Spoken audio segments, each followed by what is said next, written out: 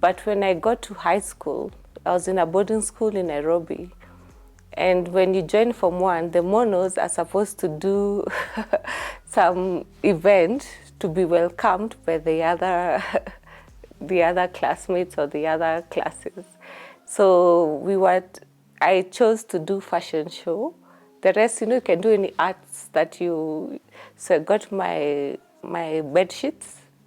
They were very nice. My mom had bought for me purple with some flowers. So they're like traditional dances. So one was at the bottom, the other one was at the top.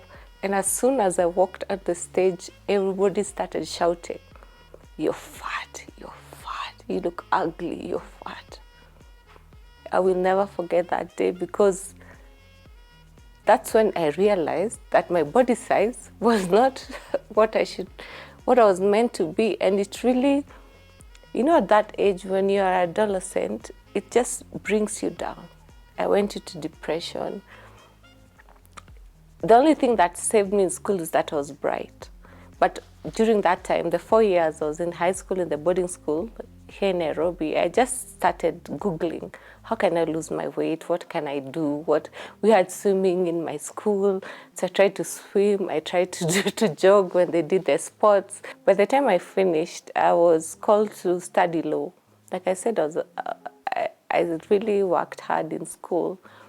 And I went to study law, but that was not my passion. And I sat down with my parents and I told them, I just want to do something that connects to healthy living, healthy eating.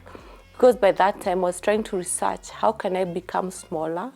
How can I feel confident in myself, in my body? And what can I do to change that? So I studied law, but that was not what I wanted.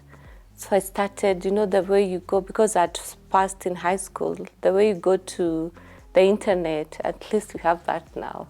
And I Googled and I found a university outside Kenya in the UK that sponsored me to do alternative medicine. It's naturopathy. So where you talk about diet and nutrition, you talk about clinical nutrition, what I'm talking about. You talk about alternative therapies like colon hydrotherapy, and they accepted me to be their student. So when I finished and I came back here, I thought, why can I not teach what I've learned? Because I'd seen so much. And my first clients were my family.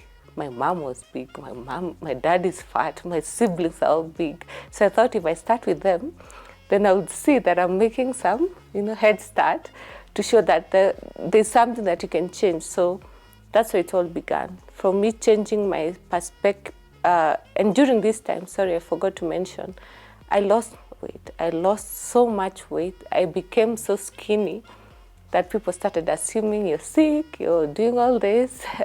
I was over 100 kilos and I lost up to 55 in my church. I used to sing in my church. So they had seen this fat girl singing, and then it's a skinny girl who is back singing. So the women ministry, women and chamas, they started asking me, please come and tell us what you've done. So I used to talk to 3 people, chama with 3 women, chama with 10 women. Now it went to women ministries. And through that, I started doing programs on radio, a Christian radio, where I would just talk and encourage people how to accept how you feel and how to lose your weight naturally.